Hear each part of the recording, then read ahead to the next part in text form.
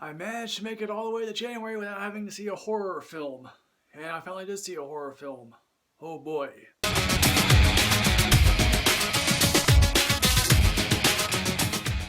Hi there folks, welcome back to Rich Reviews, and I just got out of seeing Gretel and Hansel, a Grimm fairy tale. This is basically directed by Osgood Perkins, who happens to be son of Anthony Perkins. And here's the thing, folks, I didn't see a trailer for this film at all. I went into this thing cold, looking at Box Office Mojo, and it's like, oh yes, Gretel and Hansel. That's it. Basically, and when I sat down to watch this film, this theater was basically empty. That's not good. That's not a good sign even for a horror January film. And basically, this is Hansel and Gretel, although the names are reversed here now. And apparently, Gretel is either psychic or has visionary powers, apparently, or telekinetic powers. I'm literally at a loss. The story here goes that Gretel and Hansel are forced out by their mother, who can't feed them. Their father has run off. And of course, they stay with the one guy who feeds them and then tells them there's possibly a convent you might want to avoid or possibly go there anyway. Apparently, Hansel wants to be an axeman. Maybe he'll run into Little Red Riding Hood in the sequel, who knows. Then, of course, we're treated to a secondary story in the beginning about a girl with extraordinary abilities because she was sick in the beginning of her life, and her father was like, yeah, I'm going to go to the local witch here, not make sure she can not get sick again.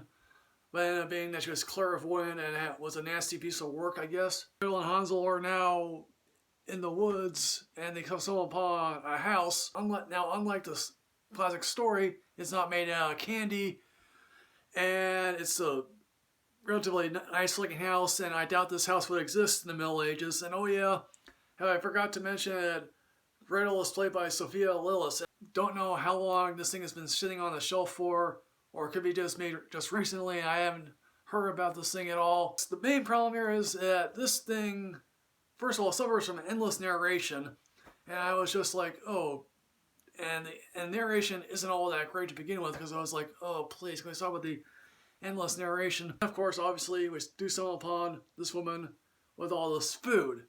And this is also where Gretel's visions become much more weirder.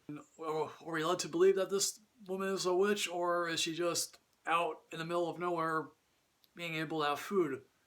This film is creepily atmospheric. I will grant the production design did a reasonably great job at making this woods really well thought out. And this film is an hour and 26 minutes long. Here's the thing, folks. I was never scared. I just was like, I'm not scared. And it's funny, after I got out of the film, I was talking to a mother and her son. The mom said, yeah, I was about to fall asleep. And that's never a good sign from the audience. And, and another thing is, this thing is an hour and 26 minutes long. It really stretches to be an hour and 26 minutes long. I mean, granted, this thing could easily be a Twilight Zone episode. It could easily be a short on any horror anthology, and it still will work. And this could easily be an episode of Are You Afraid of the Dark? And Sophia Lillis doesn't do anything really spectacular. I guess some tries to make us guess whether or not this woman is a witch.